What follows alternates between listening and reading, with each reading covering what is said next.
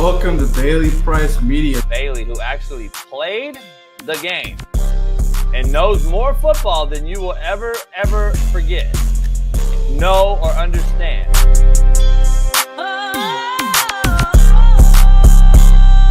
Man, shout out to Bailey Price Media. I am so excited to see what you're going to do with this channel. Everybody like, subscribe, comment, follow Bailey's journey. This is going to be real good. I'm excited for you, brother.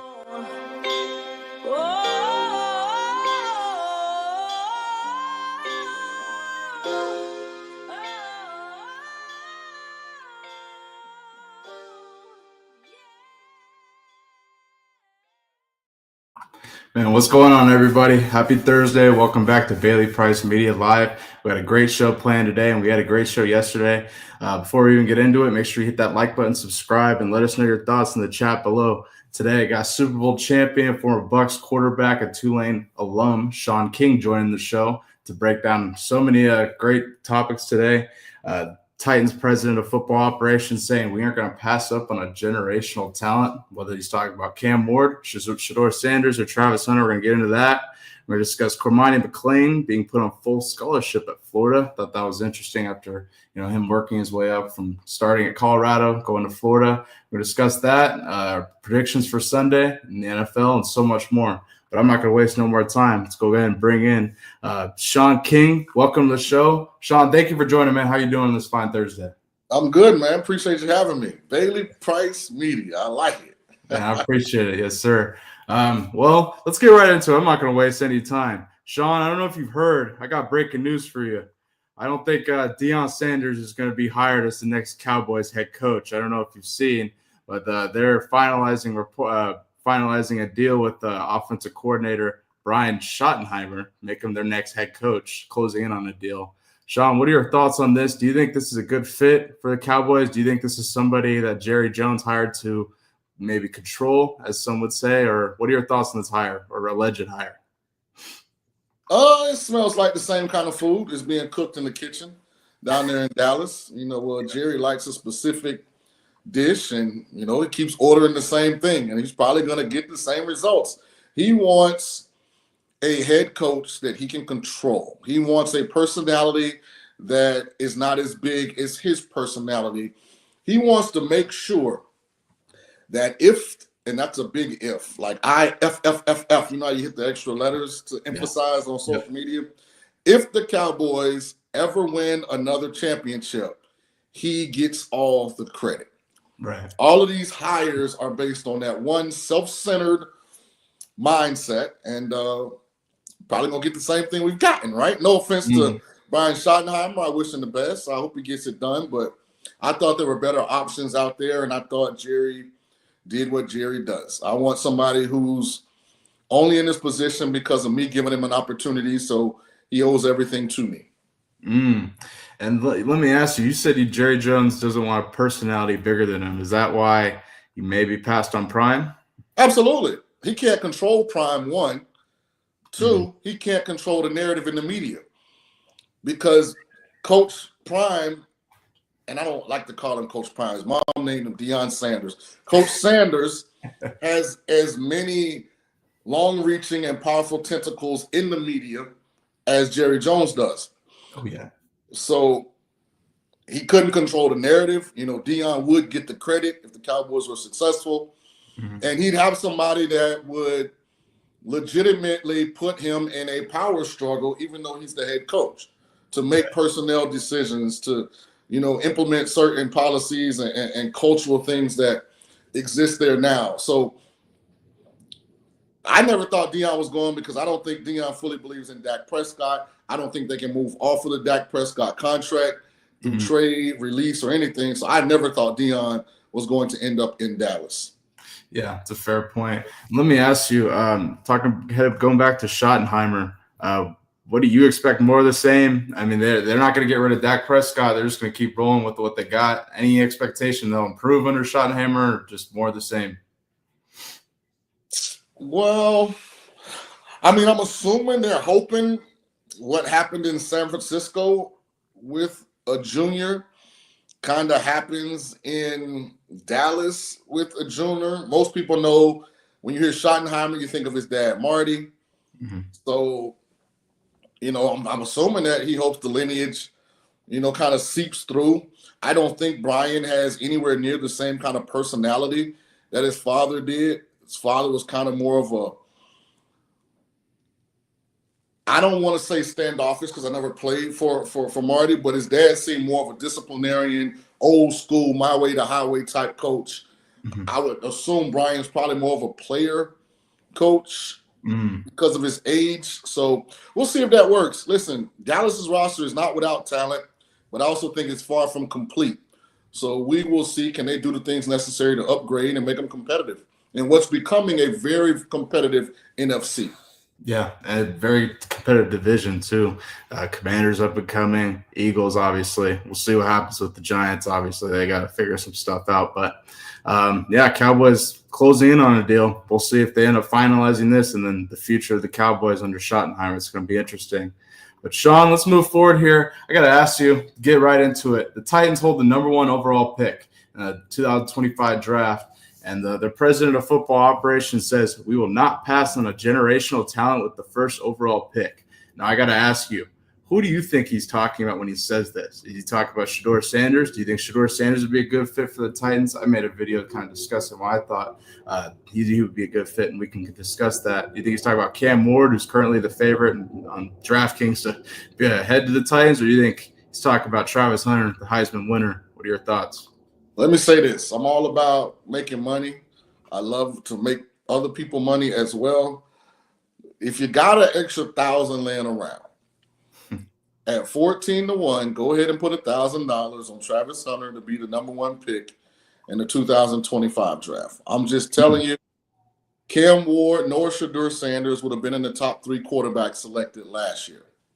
Yeah. So I don't think either one of those guys are even remotely a generational talent. I think Cam is probably more physically gifted than Shedeur. I think Shedeur may be slightly more trustworthy, I guess, in his on-field decision-making. But, he has a lot of, blow my own self up, film as well. So, I mean, neither one of them is fail-proof. And I just don't think coming off of Will Levis, that if I worked for the Titans, especially at 1, that I would draft a quarterback who in a lot of ways resembles Levis. Super talented, at his best, is really good, but has stretches where they kind of are the reason that we aren't successful, meaning bad sacks, bad turnovers, bad decisions. Travis Hunter is a cannot miss number 1 pick. I think he's talking about Travis Hunter. I think they may keep the illusion out there that they are going to go quarterback in the hopes that somebody would give them a organizational changing trade offer where they could move down potentially. And but if they keep the first pick, they're going to take Travis Hunter. And 14-1, jump on it right now. It will not be that. Well, it's already not that. Since this has come out, I think it's down to plus 185 or something. Yeah. I was like 14-1. I was like, man, go jump on that, right? Why didn't you show me this before they moved it? Well, shit, I just saw they moved it just now. I'm like, I want to highlight that Cam Moore was the favorite. Now, since this come out, Travis Hunter's more than the favorite. But, man, let me ask you, if they're going to go pick Travis Hunter at 1, what do they do at quarterback? They had Will Levis. They had Mason Rudolph on the roster. But do you expect them to pick a quarterback maybe in the later rounds, pick up somebody in free agency like Sam Darnold if the Vikings move on from him? What do you expect? So, for the league, I'm going to tell you for the league what's going to happen at quarterback in free agency, and I'm going to tell you what I would do if I ran the Titans. For the NFL, what the Vikings do with Sam Darnold is going to create the pecking order in free agency. Yeah.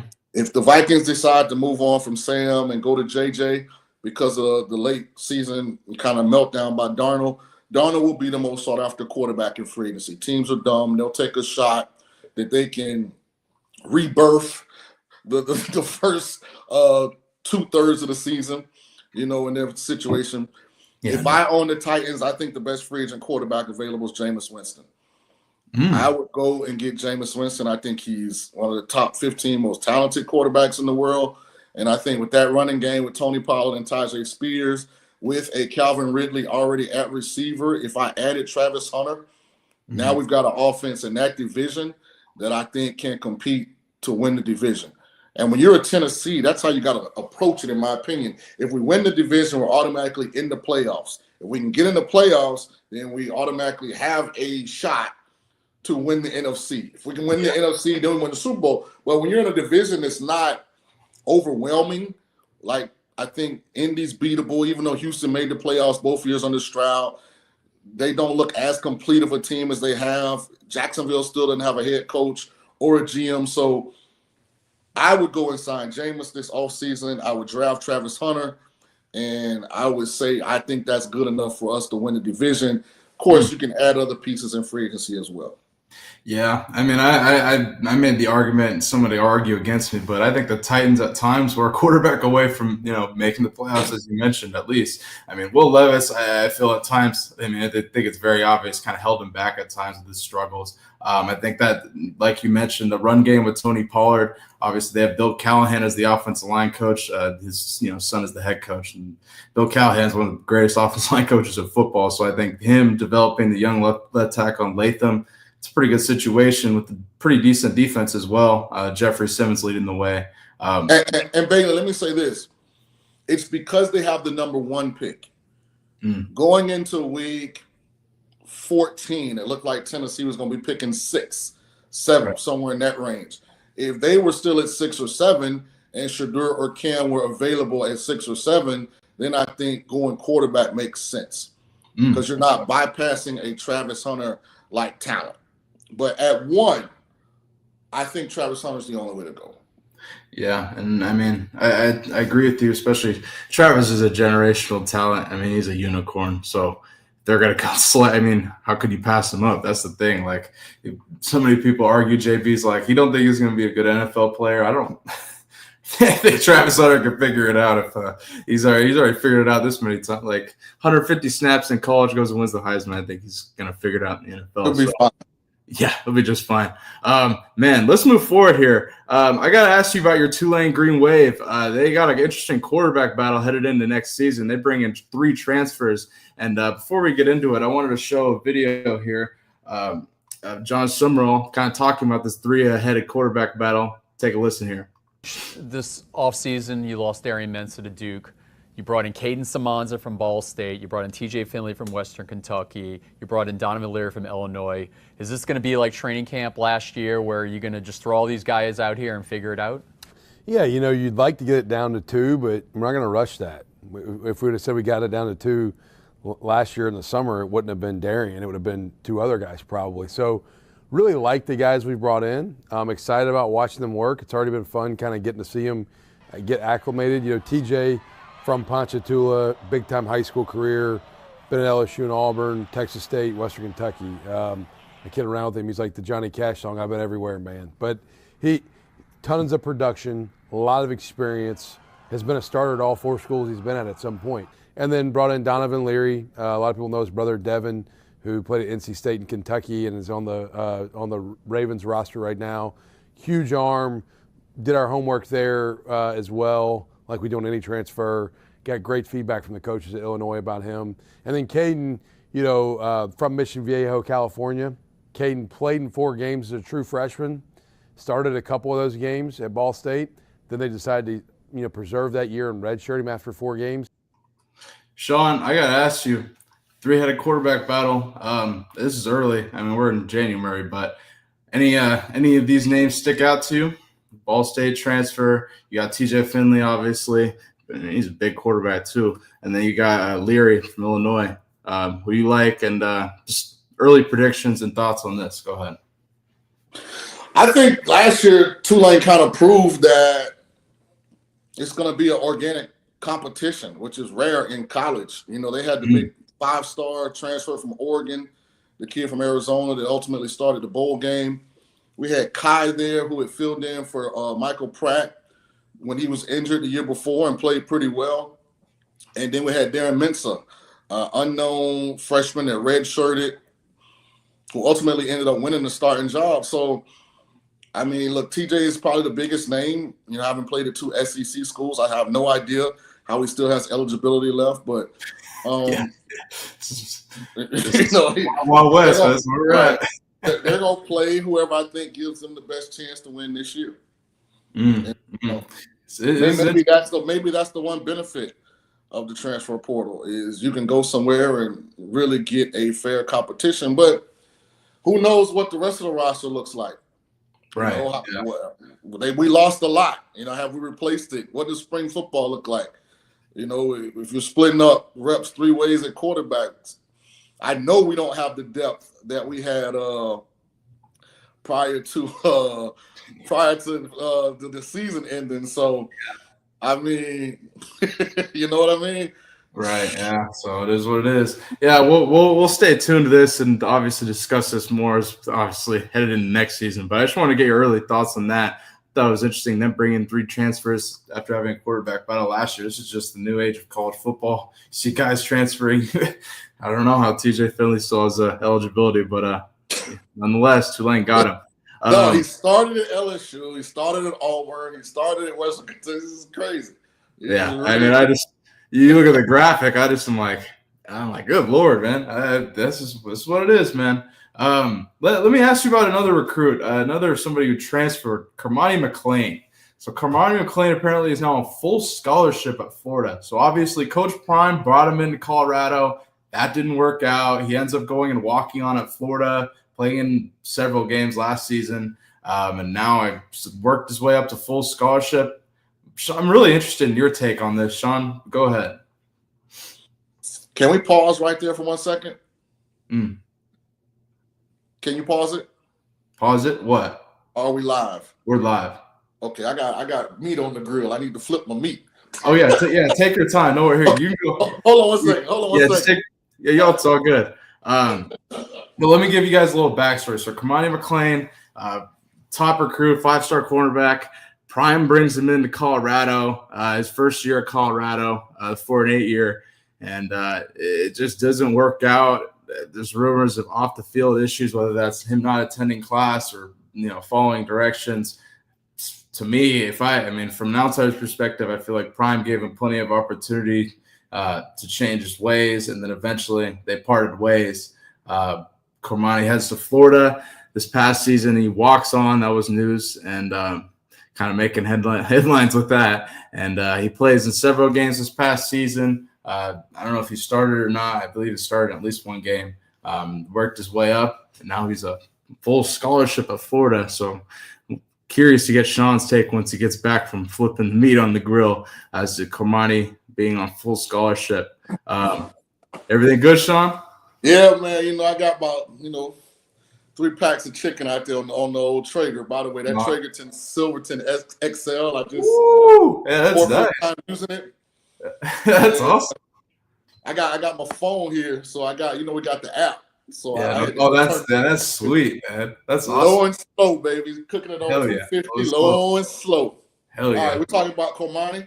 Yeah, man. He's put on full scholarship at Florida. I just wanted to kind of talk about his battle, kind of working his way up from walk on after the Colorado kind of split, and I just kind of your thoughts on it because I know he's kind of been dragged through the media, so to speak, and so wanted to get your thoughts on this. Go ahead. I don't really have any thoughts on this. I'm pulling for the kid that he matures finally, and that he doesn't waste the God-given ability that he has. Right. You would think this is step in the right direction. Obviously, hopefully, at least he's done enough with Billy Napier to earn a scholarship now. Hopefully, he uses this as a springboard to get himself back on the field and being an every down player so he can chase his dream of playing and participating in a full season in big-time college football and see where that could lead him. I've learned with Cormani. I don't have any expectations. I can take a wait-and-see approach. It's a long time between now and September, but hopefully he's figured it out.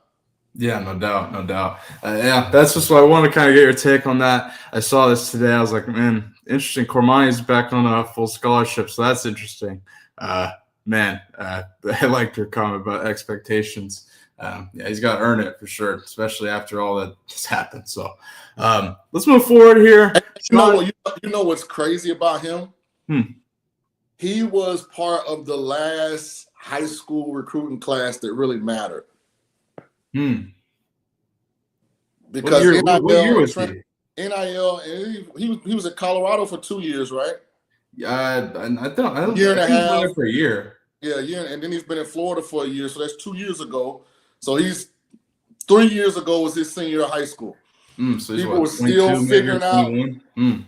People were still figuring out transfer portal. NIL was brand new. Yeah, that kind of was the last class where people were on the edge of their seats, looking at high school kids with 6 hats on the table, and that was the last group. Dion had just gotten the Colorado job, so I hope he figures it out. I really do. Yeah, definitely. Definitely, landscape has changed quickly since 3 years ago he was coming out. So shout out to Cormani McClain back on full scholarship. He worked his way back up. Shaun, I got to ask you. Let's talk some betting for the weekend. Let's talk this. So, Shaun, you're the only rookie quarterback that's ever covered the spread in a championship game or a conference championship game. So I got to ask you about this weekend. We got two great games I'm really excited for. Let's start with the Commanders and the Eagles, man. Where's the line at? Commanders are 6-point dogs at the Eagles, and over-under is 47.5. I'll let you go ahead. A lot of money on the Commanders early, it seems like, but what are your thoughts on this game? Shout out to my guy, Ben Fox, one of my old colleagues at VSiN, for finding that little tidbit. That's my guy. I did not know that. I did not know they disrespected us by making us 2 touchdown underdogs. Back then, I wouldn't have known what that meant if they had showed it to me anyway.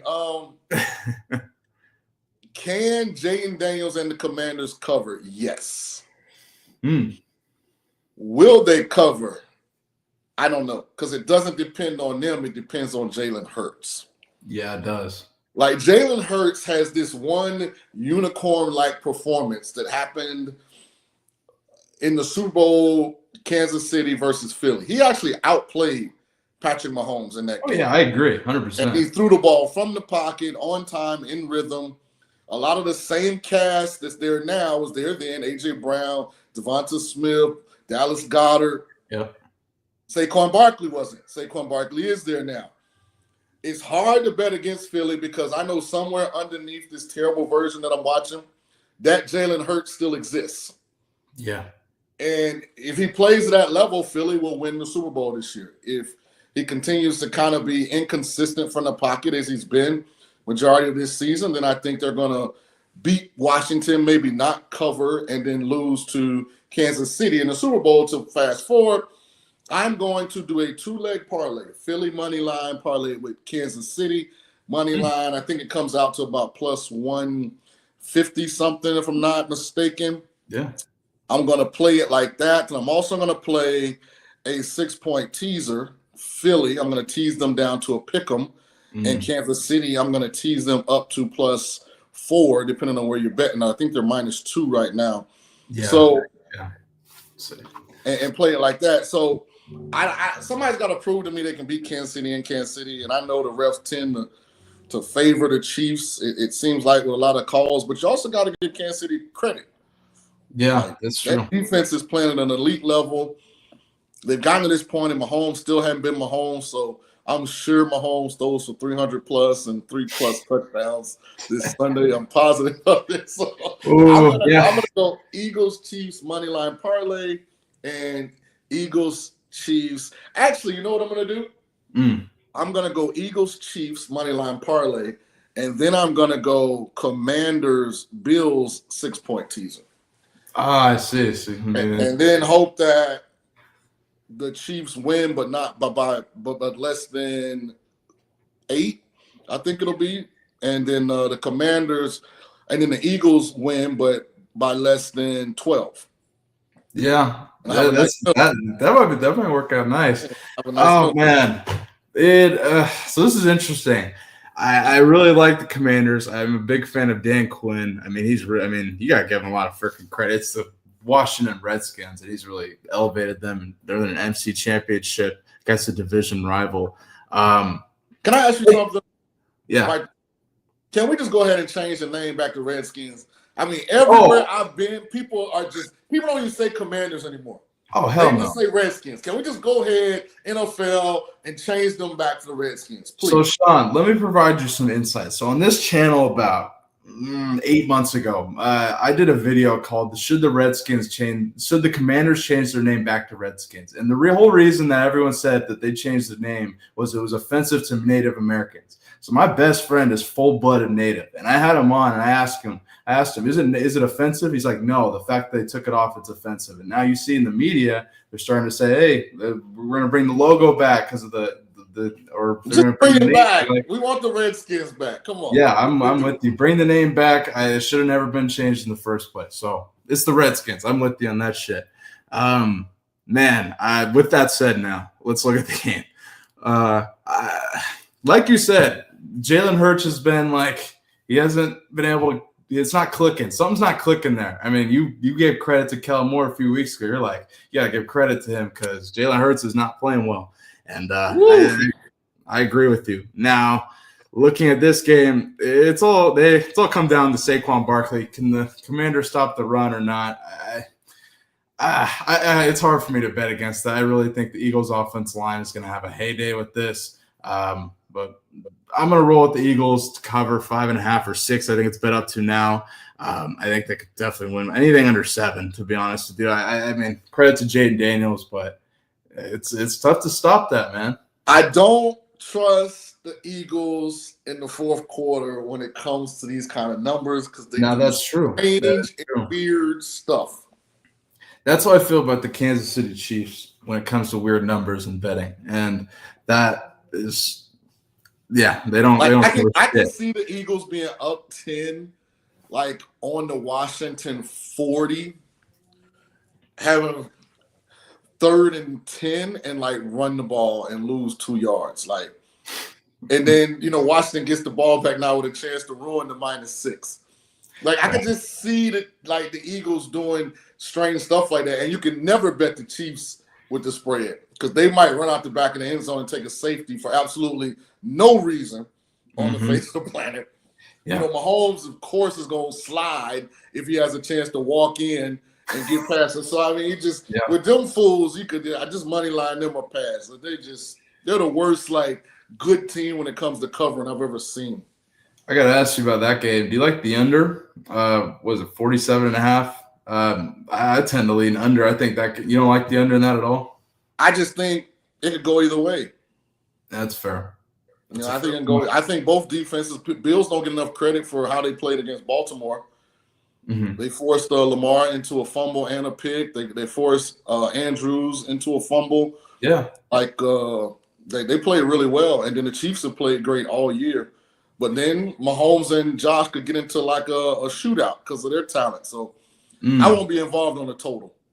The reason you just stated is why I look at it like, I mean, I like Spagnuolo. I think he's really dialed it up on defense. I mean, we got to give him a lot of credit. Last year, he won him a Super Bowl by shutting down Lamar in the AFC Championship, so you got to give him credit that way.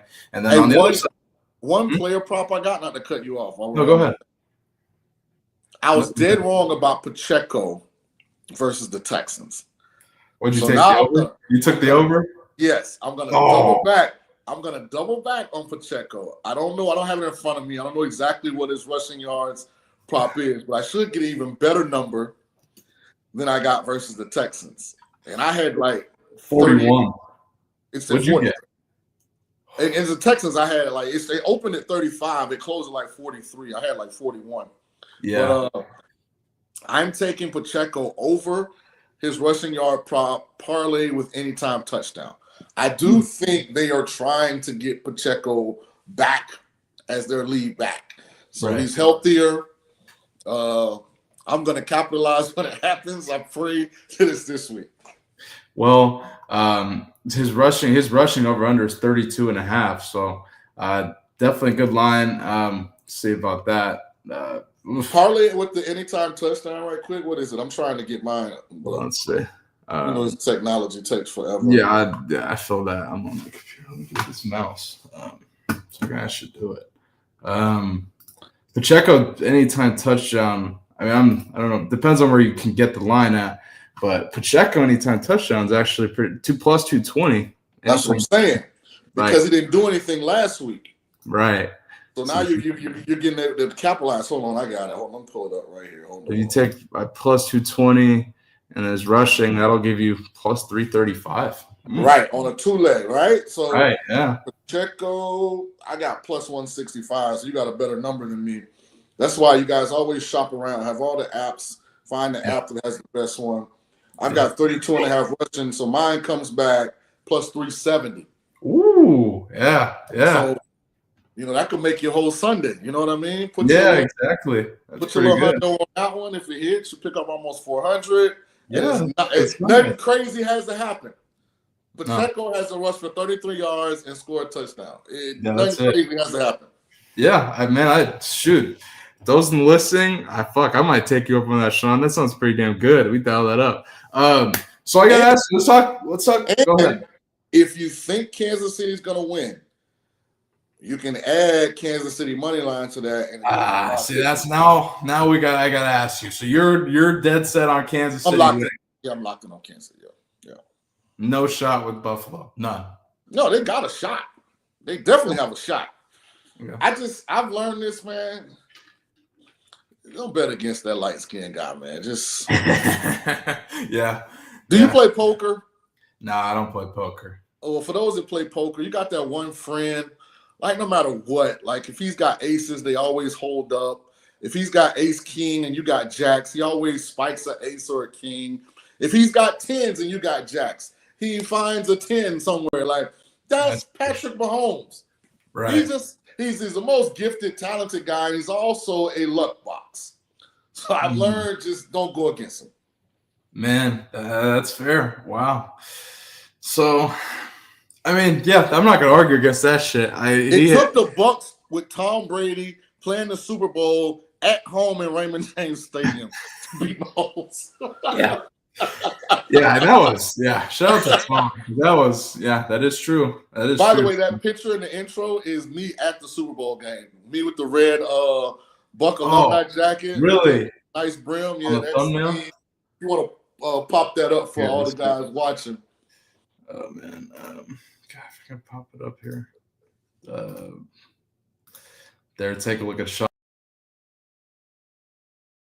That's actually Chiefs versus Bucks right there, Ray J. Hell yeah, man, that's awesome. Well, so if you think it's gonna be a close game, Shaun? Oh, absolutely. Yeah. I don't see them blowing Allen and those guys out, but I also think this is where Buffalo misses Stephon Diggs. Really? I still don't think they have in third and we make it or the season's over. Who are they going to? I mean, I like Shakur. He's good, in the little middle areas. They have two solid tight ends that they need to throw. I think you highlighted that last week. Yeah, I think Dalton Kincaid should get 10 targets a game, and for some reason, Joe Brady and Josh Allen act like he's invisible. So I don't know what to say about that one. Yeah, that is you raised a good point. Who do they go to? I mean, I don't know if Josh Allen believes in Keon Coleman enough yet as a rookie. Amari Cooper, has he been there long enough? And I mean, Shakir has been pretty consistent, but is he really? I mean, I don't think he's a Stephon Diggs, so to speak. Do you? No, a different kind of receiver. Stephon was a true one, line up outside against the other team's best corner and work. Shakur is more of a Cooper Kupp kind of guy. In the right system with the right guys, he's really good, inside the hash marks, doing that kind of stuff. So I'm just popping into my head. Another player prop. Who's been invisible for the Eagles all playoffs? A.J. Brown. A.J. Brown? That's a good point. That's a good one. So I just got this thing, great players at some point do great stuff. So another player prop for everybody watching. If you go to AJ Brown and you go to touchdown score, he's plus 155. Yep. If you go to receiving yards, AJ Brown is over 60 and a half, but nah, we're going big. Go big or go home, right? If you go to alt receiving yards and you go to AJ Brown to have 100 plus, a two-leg parlay, AJ Brown to have 100 plus receiving yards and a touchdown is 8-1. Wow, really? Yeah, That's 8-1? Seriously? Yeah, it wouldn't surprise me. I mean, all it takes is one big Write that down now. Yeah, he's been invisible. So I fully expect him to pop out of nowhere and not need to read the book. People don't understand the depth of why the book is on the sideline. Playing receiver with Jalen Hurts as your quarterback puts you into therapy. So yeah, that's a bar, but it's a beautiful point. Like, have your therapist on the sideline during the game. So what your therapist said is, I'm going to give you 2 passages out of this book. When you want to go and choke Jalen Hurts, just take the book and read these 2 passages. And that's exactly what A.J. Brown is doing. Well, I mean, I tend to agree with you. And I think, like, man, I can see that. I mean, what do you think of the Commanders' secondary? I mean, they've got Lattimore, who probably – but I mean, AJ, I think, has a combined 2-3 catches in both playoff games. So it's not like he's getting doubled. Like, they're solely focused on how to defend the Eagles' run game with Saquon and Jalen. And I'm sure they're saying, we probably can man up the receivers, and if they beat us, so be it. But we got to stop Saquon and Hurts in the QB run stuff. So I'm just saying, don't be shocked if all of a sudden AJ, who's still AJ Brown, gets a chance to be AJ Brown. Yeah, I tend to agree with you on that, Shaun. That's a pretty good. AJ Brown's over-under is at 60 and a half. So folks who want that, take a look. With that said, let me let's get our predictions real quick for you guys here. Shaun's got the Commanders and the Chiefs and some other bets that he mentioned.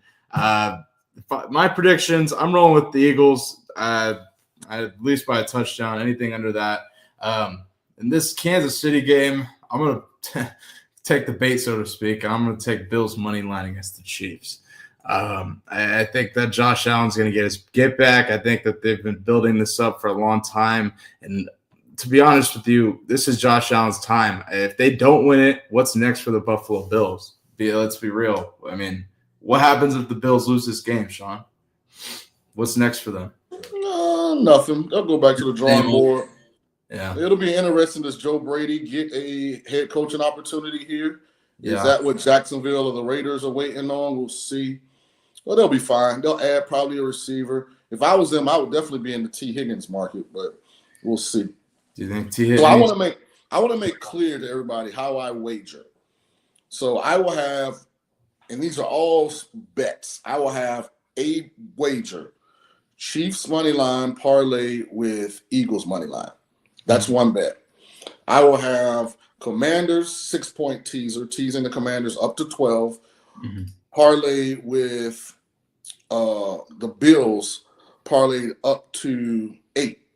Yeah. In a 2-leg teaser. So that way, if Kansas City wins by 7 or less and the Eagles win by 11 or less, I win both the money line parlay and the teaser.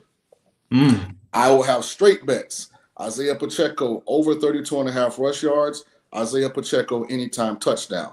I will also have a 2-leg parlay. Pacheco over the rush yards and anytime touchdown.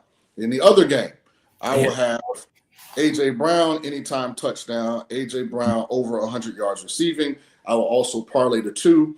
And just in case I am cooking with fish grease, I will have a smaller half-unit bet on those 4 legs put together, which would be Pacheco and anytime touchdown parlay with A.J. Brown and anytime touchdown. So that way, if I go 3 or 4, I'm still hitting bets. I'm not losing money. By the way, that 4-leg parlay brings back $41.30. So a $10 bet on AJ and Pacheco to score, and over there, AJ 100 yards and Pacheco 32 would bring back 413 for a $10 bet. Yeah, it's not bad at all. Damn. It's pretty damn fucking good. Damn, Shaun. I like it. Man, and what do you expect to see out of Mahomes versus the Bills? Brilliant. Yeah, brilliant. And then you got people asking in the chat, what about Kareem Hunt, real quick, before we get out of here? So Kareem's dangerous, and you're still getting a great return, plus 160 on anytime touchdown. So I wouldn't mind kind of saving your Pacheco thoughts with a small bet on Kareem Hunt to score, because, I mean, who knows what they're going to do. But I thought in the Texans game they tried to go Pacheco, and Texans were playing good against the run. For whatever reason, they did go Kareem in the red zone. So that's something to watch. True. You know, but hey, that's why you're getting the odds you're getting on Pacheco. That's why it's only 32.5. That's why anytime touchdown score is higher than Hunt. But I know before Pacheco was injured, he was the every down back for the Chiefs. So he's been in that role before. I would not be surprised if he goes back. That's why I think there's value there. Absolutely. Brilliant, Shaun. Can't thank you enough for joining, man. Chat, you got all that insight on the betting. We discussed so many great topics. Shaun, I can't thank you enough for joining, man. I appreciate you. We'll see you on Coach JB's show back tomorrow for a great Friday show. And have a great day, man. Enjoy the chicken and the Traeger. Go check on this yard bird, baby. I'll holler at you later, man. Great all right, stuff, talk to you later, man. I appreciate you. Talk to you later. Man, shout out to Shaun King. I can't thank him enough for joining Super Bowl champion Tulane Green Wave legend, Bucks quarterback, former Bucks quarterback.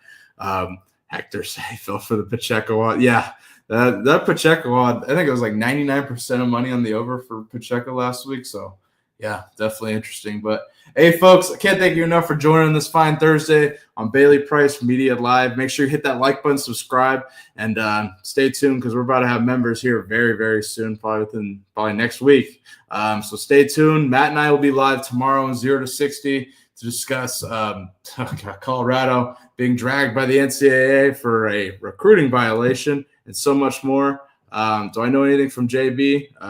JB's on his yacht right now. That's what I do know about JB. And we'll be back tomorrow. And JB and I are actually starting up a new show, new LA show, so stay tuned for that as well. But make sure you hit that like button, subscribe, and become a member when we have memberships coming out here probably next week. So stay tuned. We appreciate you watching. Peace.